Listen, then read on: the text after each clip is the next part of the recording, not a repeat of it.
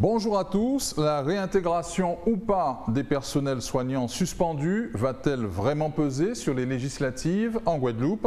Quels candidats sont les mieux à même de porter cette demande insistante? Dans la troisième circonscription, une candidate est directement concernée, mais parviendra-t-elle à convaincre les électeurs? Marie-Laure Aigle, en course pour la députation dans cette troisième circonscription, est l'invitée de Franc-Parler. Marie-Laure Aigle, bonjour. Bonjour Monsieur Fendéré, bonjour aux téléspectateurs de TV. Vous êtes donc la candidate des personnels soignants suspendus dans la troisième circonscription, mais j'imagine pas seulement. Mais pas seulement, parce que j'ai quand même un parcours politique assez élogieux. Depuis 1995, je suis en politique.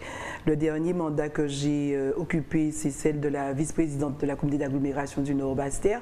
Donc en fait, sur cette troisième circonscription, je ne suis pas en terrain inconnu en tant que politique. Néanmoins, ce qui a davantage motivé ma candidature à ces élections, c'est le fait que je sois un agent hospitalier suspendu et sous la bannière de la France Insoumise. Pourquoi? Parce que Jean-Luc Mélenchon a été le seul parlementaire à être venu nous voir sur le piquet, à nous avoir entendus, à nous avoir aidés. Donc tout ceci motive ma candidature pour aller défendre justement l'abrogation de la loi du 5 août 2021. Cette loi qui est une abomination qui nous est faite, d'autant plus qu'aujourd'hui l'actualité nous donne pratiquement raison. Quand on entend M. Losbar dire qu'il était parti au ministère des Outre-mer demander notre réintégration sans schéma vaccinal complet, quand on entend également M. le Président de la République dire qu'il est en discussion pour savoir comment nous réintégrer. Et puis aussi, quand on voit la situation dégradée aujourd'hui du CHU, faute de personnel, et je profite pour saluer mes collègues qui sont au service, parce qu'il y a des collègues quand même qui travaillent dans des conditions épouvantables. Donc tout ceci me motive pour aller chercher ce poste de député, pour aller à l'Assemblée nationale, faire entendre notre voix. En quoi était-ce important pour vous de vous engager personnellement dans cette bataille électorale pour porter cette parole? Parce que je suis personnellement visée, je suis suspendue depuis 8 mois sans salaire, avec des difficultés énormes. Je vis ça dans ma chair, je vis ça dans mon quotidien. J'ai une fille qui fait des études, je laisse la population imaginer à quel point c'est épouvantable cette situation dans laquelle nous sommes. Je suis touchée de plein fouet par cette obligation vaccinale. Donc je ne peux être que la bonne originale par rapport aux autres copies des gens, des candidats sortis de nulle part qui disent qu'ils veulent venir nous défendre, mais il n'y a pas mieux que celle qui est touchée par cette situation abominable qui puisse aller défendre la situation des agents hospitaliers suspendus, mais pas que, aussi mes collègues qui travaillent dans des situations dégradées depuis un certain nombre de temps. Vous êtes donc dans cette situation depuis 8 mois, c'est ça? Depuis 8 mois, depuis le 27 octobre. Sans salaire? Sans salaire, depuis le 27 octobre 2021.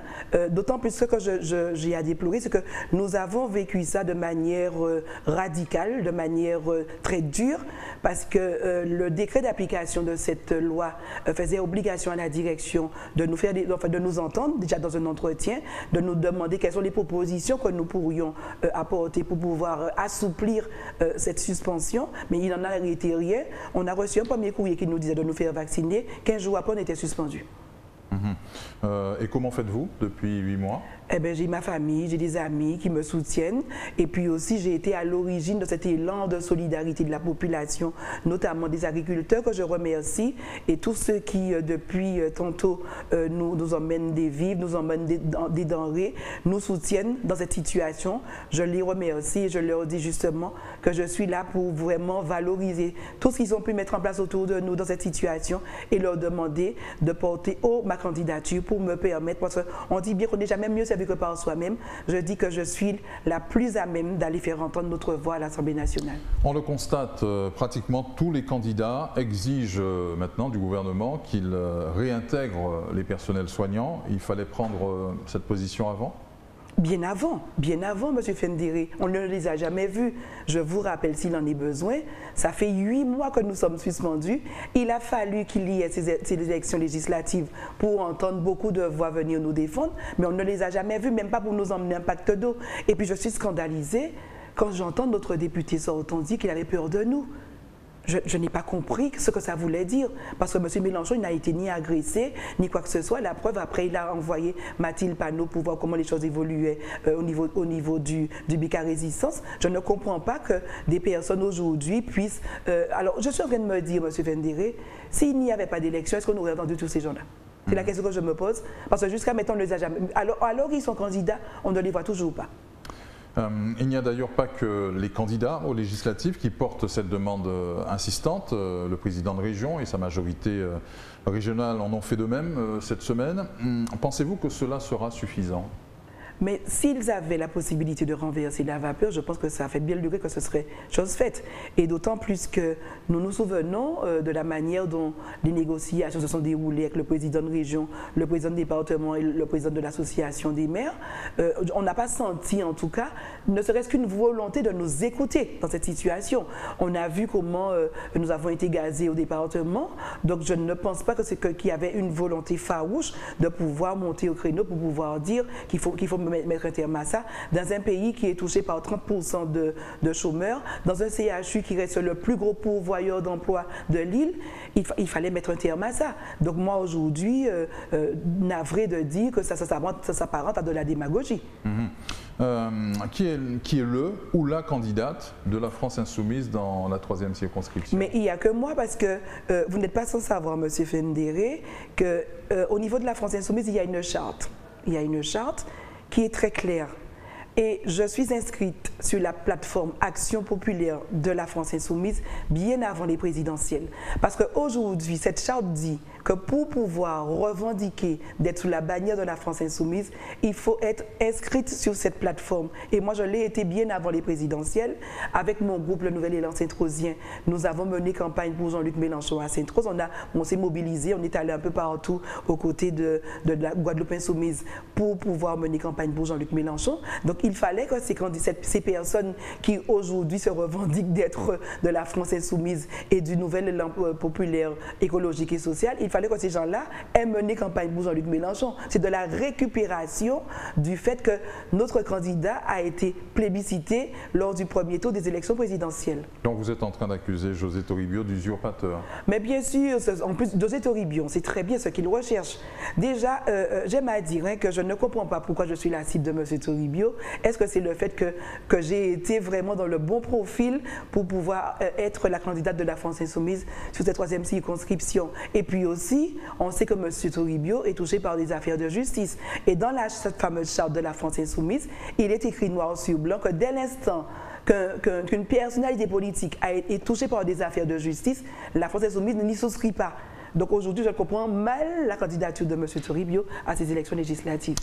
Peut-être qu'il cherche une unité parlementaire pour pouvoir se défausser de ses obligations qu'il a vis-à-vis de la justice et également de la ville de Lamentin, parce que sur une certaine presse, on a bien entendu ce qui lui pend au nez, 5 ans d'inéligibilité et 755 000 € à verser à la ville de Lamentin.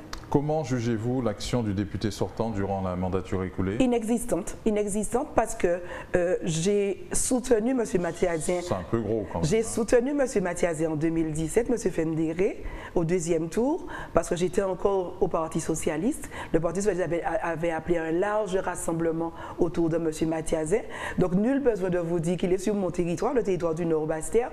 Et nombreux sont les personnes qui me disaient, alors qu'ils étaient en train de l'attendre à sa permanence, il appelait son attaché parlementaire, qui lui-même a confirmé, pour dire qu'il était dans son jardin de renvoyer tout le monde. Donc, les gens se plaignent de ce manque de proximité qu'ils n'ont pas pu bénéficier avec notre député sortant. Et de là à dire qu'il n'a rien fait, il y a quand même... La seule chose que je retiens, c'est ce standing ovation qu'il a eu à l'Assemblée nationale parce qu'il a défendu les Africains qui étaient maintenus en esclavage en Libye. J'aurais aussi préféré, M. Fendéré, qu'il y ait un standing ovation parce que M. Mathiasien serait monté au créneau pour dire stop.